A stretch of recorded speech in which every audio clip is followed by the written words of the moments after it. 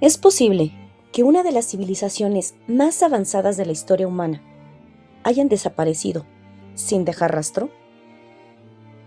Durante siglos, la humanidad ha estado obsesionada con la Atlántida, el continente perdido.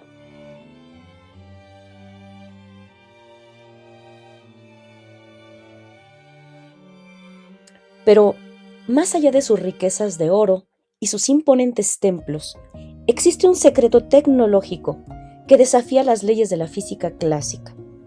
Y estos son los cristales de poder.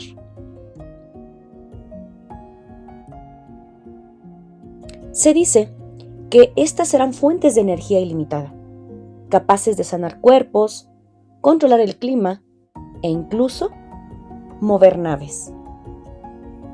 Pero también esto fue la causa principal y directa de su total destrucción.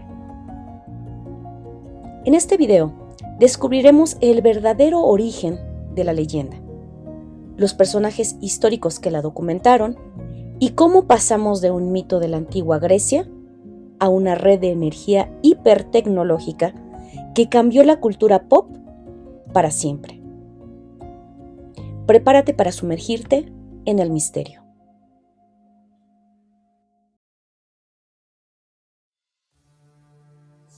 Para entender la historia, debemos viajar al siglo IV a.C. La Atlántida no nació en Internet, nació en la mente de uno de los filósofos más grandes de todos los tiempos, Platón. En sus famosas obras El Timeo y el Critias, Platón describe una isla gigantesca ubicada más allá de las columnas de Hércules, una civilización que desafió al mismo imperio de Atenas. Pero Platón no inventó la historia de la nada. Según sus propios escritos, el relato llegó a Grecia gracias a Solón, uno de los 7 sabios de la antigüedad. Casi 200 años antes, Solón había viajado a la mística ciudad de Sais, en Egipto. Allí, los ancianos sacerdotes del templo de la diosa Neit le revelaron un secreto guardado en sus paredes de piedra: la existencia de una civilización tragada por el mar en un solo día y una noche terrible debido a su soberbia y avaricia. Más tarde, historiadores romanos de renombre como Plinio el Viejo también registrarían menciones sobre este continente perdido en sus enciclopedias naturales. Sin embargo, aquí viene el primer gran giro de nuestra investigación. Si lees los textos originales de Platón, de principio a fin, notarás algo impactante. Platón jamás mencionó la palabra cristal.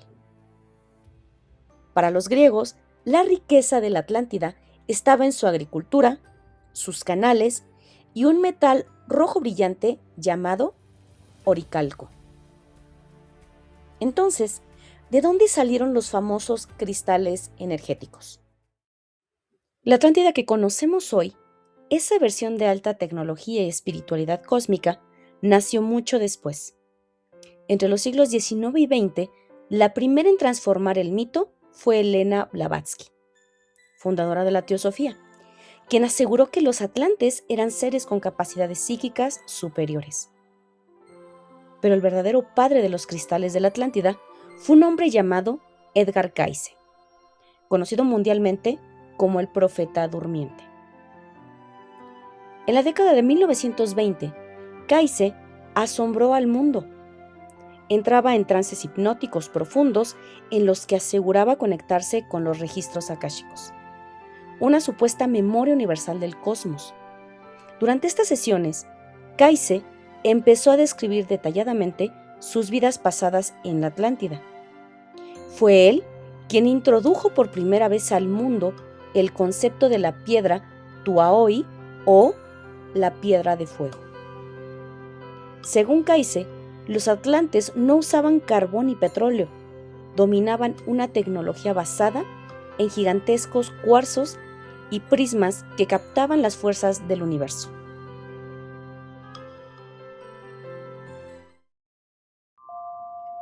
Según las canalizaciones de Cayce y los autores místicos que lo siguieron, La Atlántida operaba gracias a tres tipos principales de cristales.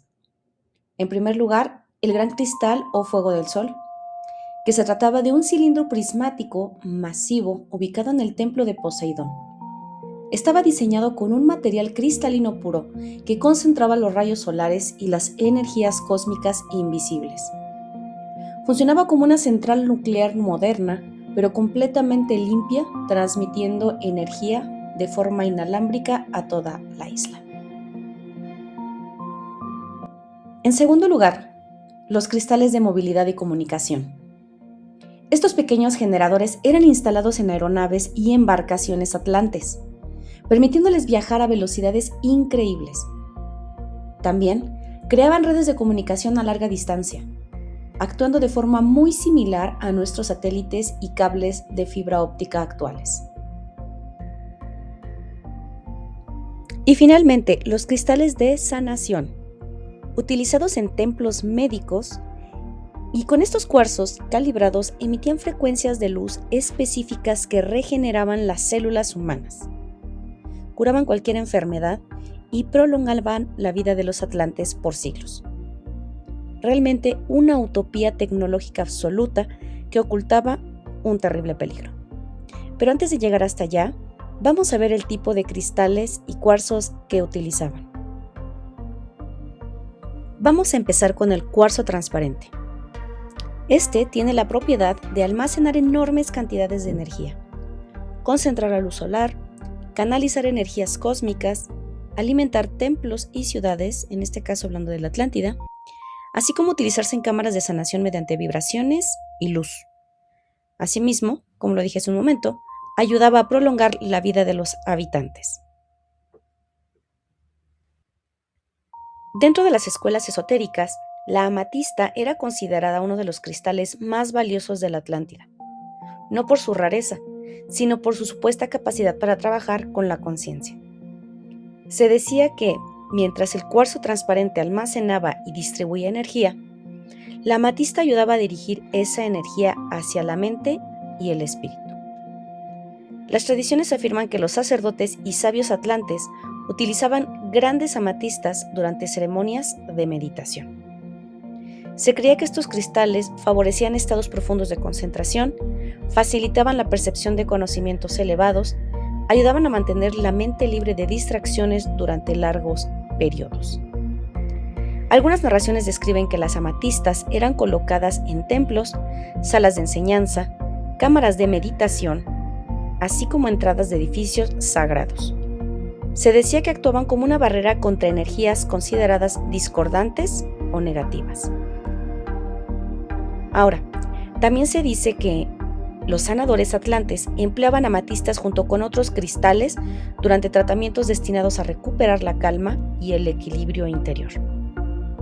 La tradición sostiene que ayudaban a reducir el estrés, favorecer la serenidad, recuperar el equilibrio emocional y asimismo, en estas escuelas esotéricas, también afirman que la amatista era utilizada para entrenar a quienes aspiraban a convertirse en sacerdotes, sanadores o guardianes del conocimiento. Su función era fortalecer la intuición, la percepción espiritual, así como la disciplina mental. Algunas reconstrucciones imaginan que los atlantes no empleaban un solo cristal, sino sistemas completos donde cada uno cumplía una función distinta. Por ejemplo, el cuarzo transparente, que como ya lo dijimos, almacenaba y transmitía la energía. La amatista creaba la armonización y dirección de la energía hacia la conciencia. También el cuarzo rosa, que se encargaba del equilibrio emocional y las relaciones humanas.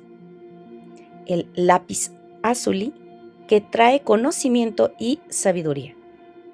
Y por último, y no menos importante, está el citrino, que brindaba la prosperidad y la creatividad.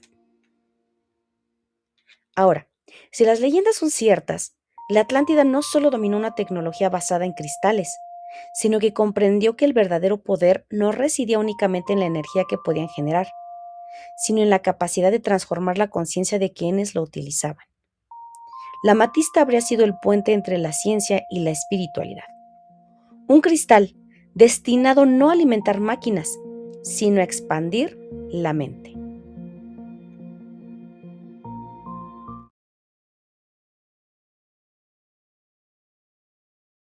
La destrucción de la Atlántida es uno de los relatos más famosos de la historia, y existen varias versiones. Lo importante es distinguir entre la fuente clásica escrita por Platón y las tradiciones esotéricas posteriores. En el relato de Platón, que es la versión más antigua, y la primera descripción conocida, aparecen los diálogos de Timeo y Critias. Según este relato, la Atlántida era una civilización extremadamente rica y poderosa. Sus habitantes, descendientes del dios Poseidón, comenzaron siendo virtuosos, pero con el paso del tiempo, la ambición y la corrupción reemplazaron su sabiduría. Intentaron conquistar otros pueblos, incluyendo Atenas. Así que, como castigo por su decadencia moral, la isla fue destruida por violentos terremotos e inundaciones. En un solo día y una sola noche, la Atlántida desapareció bajo el océano. Platón presenta esta historia como una lección sobre cómo incluso una gran civilización puede caer cuando pierde sus principios. Siglos después surgió otra versión mucho más desarrollada, que es la de la tradición esotérica. En ella, como ya lo dijimos antes, la Atlántida era una civilización con un conocimiento extraordinario sobre los cristales, la energía y la conciencia. Pero aquí les ganó el abuso del poder.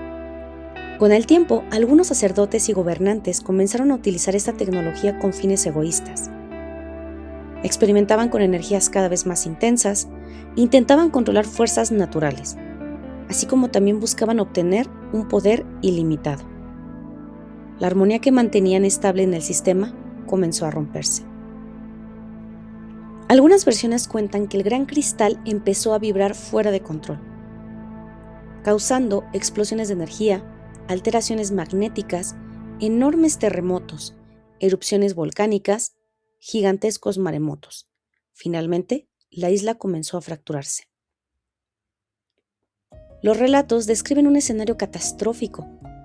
Las ciudades quedaron destruidas mientras enormes olas cubrían la isla. Muchos habitantes perecieron. Otros lograron escapar en embarcaciones hacia diferentes regiones del mundo. Algunas tradiciones afirman que pequeños grupos alcanzaron Egipto, Centroamérica, los Andes, el Mediterráneo.